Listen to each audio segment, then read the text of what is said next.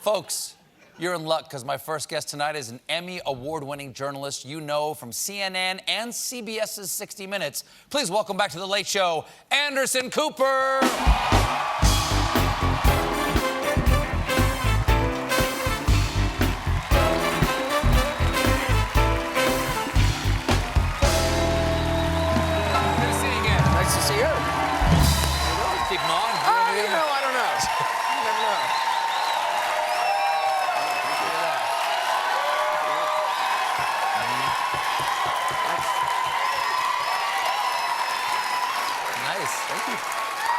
Nice. People like them some Anderson Cooper. They thought it was Alice Cooper. You get it mixed up a lot, do you? I do. Nice to see you again. It's good to see you. Everything's going great. Swimmingly, isn't it? Yeah, the world. Yeah, the world. Yeah. Beautiful. Absolutely. It's not for everybody. The news these days is the caviar of appetizers. Some people just taste like spoiled fish. It's an acquired taste. Yeah. I assume because you're a newsman, you were watching the testimony the last 2 days on Capitol Hill. Sure, yeah. Okay. The Mnuchin Chairwoman Waters was unbelievable. Yeah, I interviewed Why do her you last think night that after. was such a loggerhead? It was just so weird. Like, she would say something, and then he would be like, "I don't know what you're saying. I see your mouth." It was just a very weird, like, disconnect. He thought that everything was a trap. It was a trap somehow. She didn't want to go on record as dismissing him, as like kicking, like he didn't want to get up and walk out. Right. He wanted to be kicked out by her. Yeah, or allowed. Or forced to stay. Yeah. But she wouldn't force him to stay, but she also wouldn't kick him out. It was like Game of Thrones. We'll get there. We'll get there. Now, Okay. also Barr, both Mnuchin and Barr were very much like, they're pushing back in like almost a teenager kind of way. Yes. Like when asked about the Mueller report and some of the decisions he made, Barr said, "I've said all I'm going to say about that. Yeah. I'm not going to talk about that anymore." And there's like nothing they can do.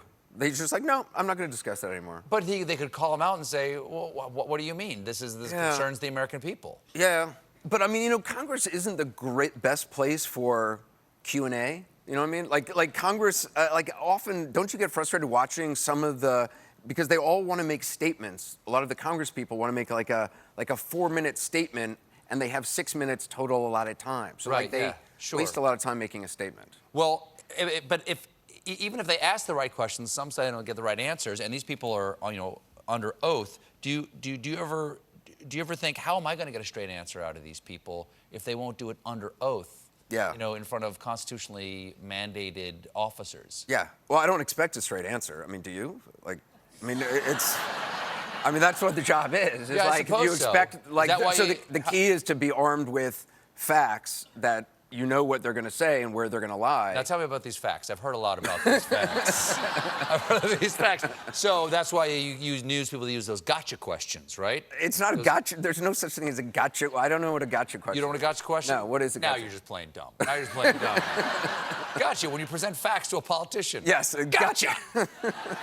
Now, last night, I had the lovely and talented Emily Basil on here. Mm-hmm. You know yes, Emily. I saw it. And we discussed a scenario. I asked her, like, what if Congress subpoenas the entire Mueller report, the unredacted version. Unredacted right, yes. Mueller report, or even a court says you can unredact the grand jury testimony and you got to let Congress see it. Not even the public, just Congress see it. And the administration goes, no. Right. And I said, like, so what happens? Like, you and what army, as the old saying goes. Congress will be like, oh, yeah? Well, we're going to be mad about it. But look, no, I mean, yes, if it goes all the way to the Supreme Court, and the Supreme Court says you have to release the unredacted version to Congress, not even to the public, as you said, they would have to abide by that. Why would they have to abide by that? What happens if they don't? What has ever happened to this man for breaking a norm? That's what worries me. You would eventually think, we're going to get to a constitutional loggerheads, and no one and none of his. Well, the hope care. would be that responsible people in the administration would. You're good. You're really good. Zing, zinger. You snuck that one in. Yeah. Would resign. I mean, that would be like, look, sure. this is the Supreme Court. They have ruled. We are a system of laws. We're a nation of laws, and we have to follow them. You're adorable. Now, does anything matter anymore, Anderson Cooper, if we're all just going to be swallowed by a black hole? You're obsessed with this black hole. It was very Yeah. exciting. Yeah. Very exciting. When I was reading about it, it's one of those things that, do you remember when you were a kid and you were told that, like, if you chewed Pop Rocks and drank soda at the same time, you would die, they would explode? That's true. That is true. That's what I feel like reading about the black hole. Like, it blows my mind. How is space endless? Like, what does that mean? How is that possible? What does endless mean? I'm not sure if it actually is endless. What does it stop? There's some Is there a weird wall? concept where space is bent. Is that where the wall actually exists? Somewhere in deep outer space? I don't know. All new. All new. That's right. If you the tear more down, we build, the less and less. if you tear down an old wall and you replace it in the exact same spot, New wall. it's new wall. It's new wall. It's new wall.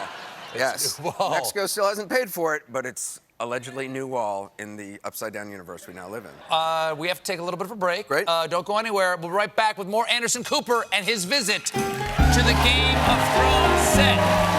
Unbelievable.